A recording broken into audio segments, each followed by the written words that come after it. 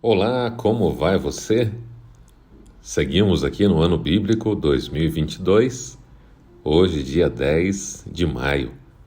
Graças a Deus, seguimos com perseverança, com o propósito que fizemos desde o início do ano. Se você está começando por agora, começando hoje, vamos juntos. Hoje começamos um novo livro da Bíblia, o livro de 2 Crônicas. 2 Crônicas abrange um período de mais de 4 séculos da história de Judá e toma como base uma perspectiva espiritual. Começa com a edificação do templo pelo rei Salomão e termina com a proclamação do rei Ciro para sua reconstrução. O livro dá sequência à história do plano redentor de Deus para Israel apresentado em 1 Crônicas. Sua mensagem central é que as promessas do Senhor são verdadeiras e confiáveis. 1 Crônicas é encerrado com a perspectiva de Davi para a construção do templo e seus serviços. Já 2 Crônicas registra o processo de edificação do santuário e a história da nação de Judá. Vamos lá. 2 Crônicas, capítulo 1. Salomão pede sabedoria. Salomão, filho de Davi, estabeleceu-se com firmeza em seu reino, pois o Senhor, o seu Deus, estava com ele e o tornou muito poderoso. Salomão falou a todo Israel, os líderes de 1000 e de 100, os juízes, todos os líderes de Israel e os chefes de famílias.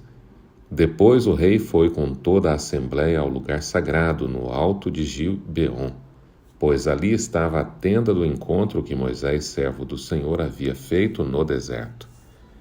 Davi tinha transportado a arca de Deus a Quiriate Jearim para a tenda que ele tinha armado para ela em Jerusalém.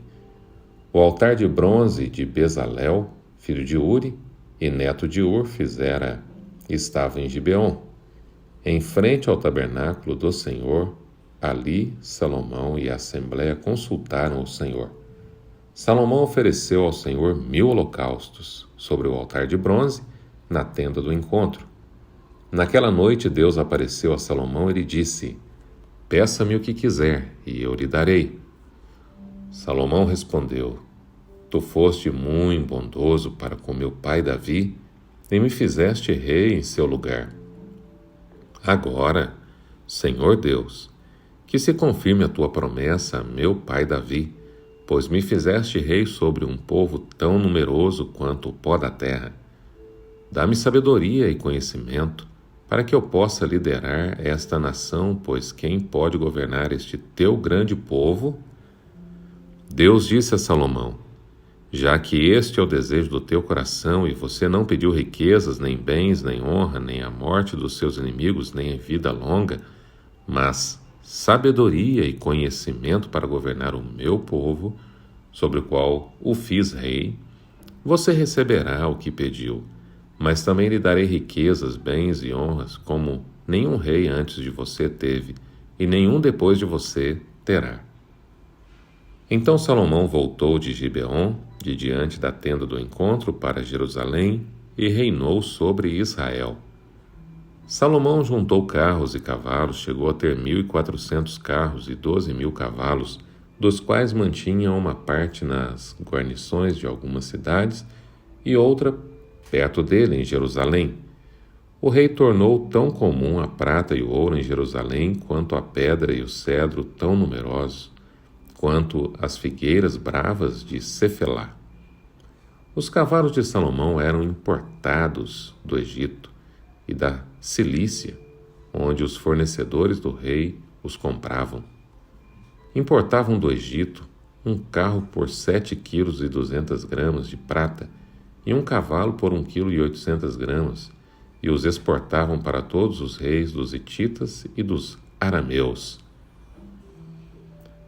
2 Crônicas, capítulo 2. Os preparativos para a construção do templo.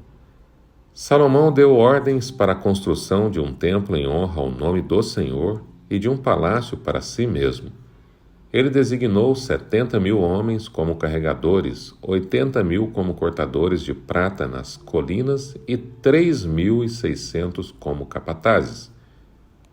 Depois Salomão enviou uma mensagem a Hirão, rei de Tiro: Envia-me cedro como fizeste para meu pai Davi, quando ele construiu seu palácio. Agora estou para construir um templo em honra ao nome do Senhor, o meu Deus, e dedicá-lo a ele, para queimar incenso aromático diante dele, apresentar regularmente o pão consagrado e fazer holocaustos todas as manhãs e todas as tardes, nos sábados, nas luas novas e nas festas fixas do Senhor, o nosso Deus. Esse é um decreto perpétuo para Israel. O templo que vou construir será grande, pois o nosso Deus é maior do que todos os outros deuses.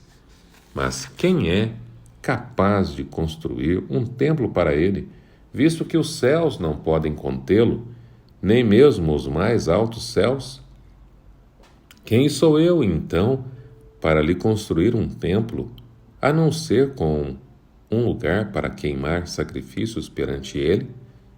Por isso, manda-me um homem competente no trabalho com ouro, com prata, com bronze, com ferro e com tecido roxo, vermelho, azul, e experiente em esculturas para trabalhar em Judá e em Jerusalém com os meus hábeis artesãos, preparados por meu pai Davi.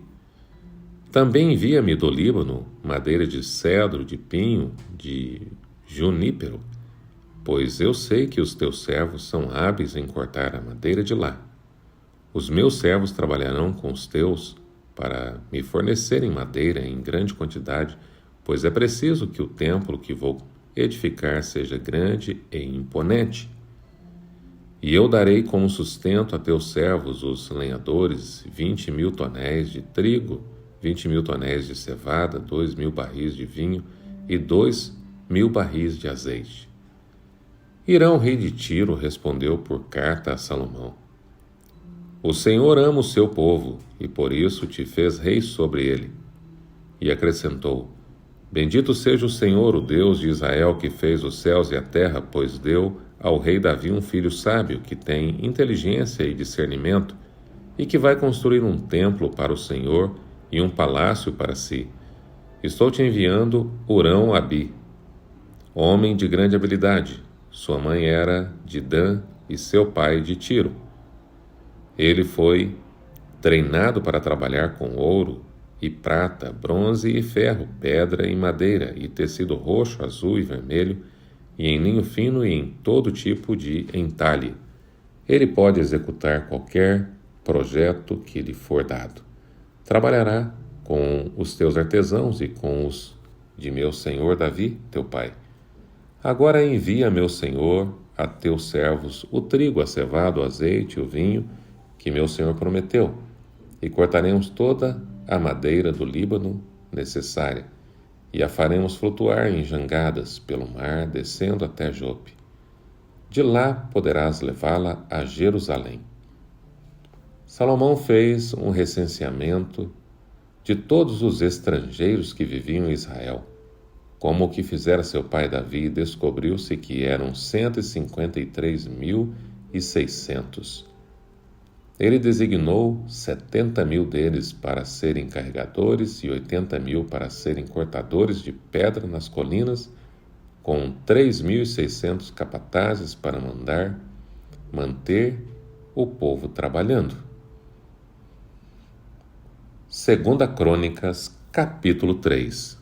A construção do templo. Então Salomão começou a construir o templo do Senhor em Jerusalém, no monte Moriá, onde o Senhor havia aparecido a seu pai Davi na eira de Araúna, o Jebuseu, local que havia sido providenciado por Davi. Começou a construção no 2º dia do 2º mês do 4º ano de seu reinado. Os alicerces que Salomão lançou para o templo de Deus tinham 27 metros de comprimento e 9 metros de largura, pela medida antiga. O pórtico da entrada do templo tinha 9 metros de largura e 9 metros de altura. Ele revestiu de ouro puro o seu interior, recobriu de pinho o átrio principal, revestiu de ouro puro e o decorou com desenhos de tamareiras e correntes. Ornamentou o templo com pedras preciosas. O ouro utilizado era de Parvaim.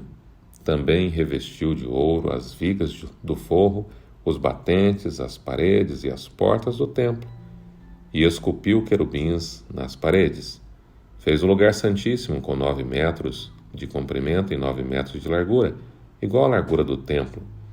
Revestiu o seu interior de 21 toneladas de ouro puro. Os pregos de ouro pesavam 600 gramas. Também revestiu de ouro as salas superiores.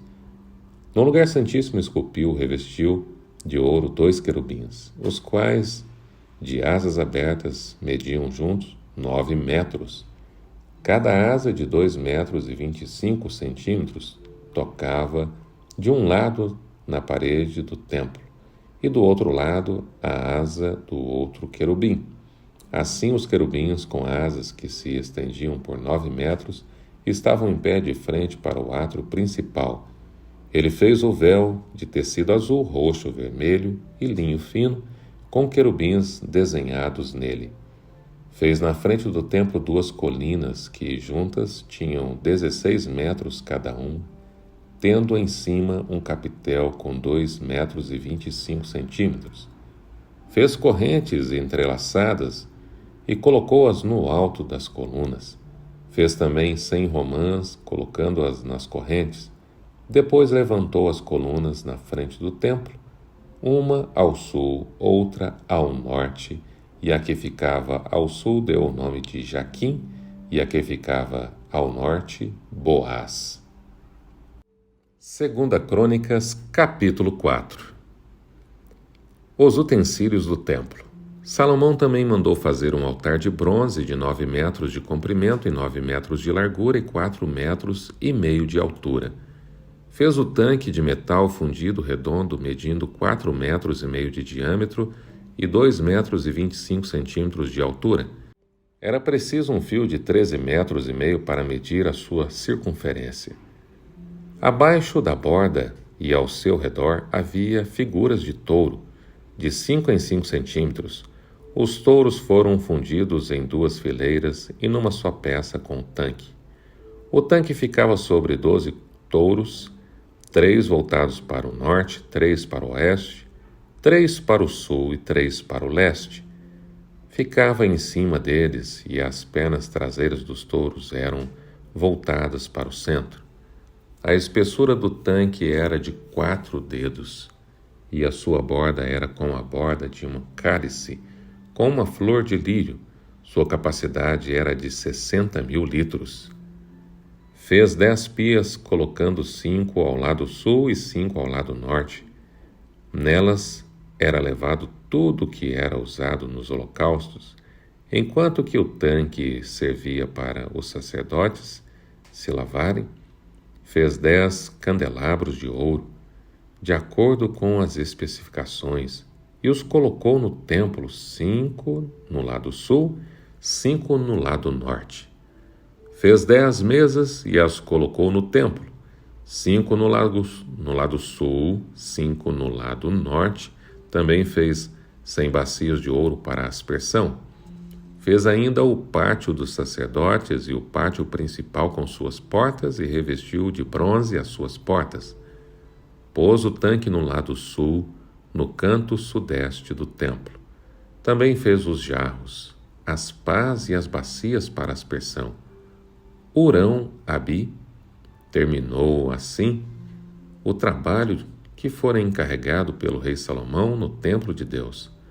As 2 colunas, os 2 capitéis em forma de taça no alto das colunas, os 2 conjuntos de correntes que decoravam os 2 capitéis, as 400 romãs para os 2 conjuntos de correntes, sendo 2 fileiras de romãs para cada conjunto, os 10 carrinhos com as suas 10 pias, o tanque e os 12 touros debaixo dele, os jarros, as pás, os garfos de carne e todos os utensílios afins. Todos esses utensílios que Hurão-Abi fez para o templo do Senhor, a pedido do rei Salomão, eram de bronze polido. Foi na planície do Jordão, entre Sucote e Zeredá, que os reis os mandou fundir em moldes de barro. Salomão os fez em tão grande quantidade que não se pôde determinar o peso do bronze utilizado.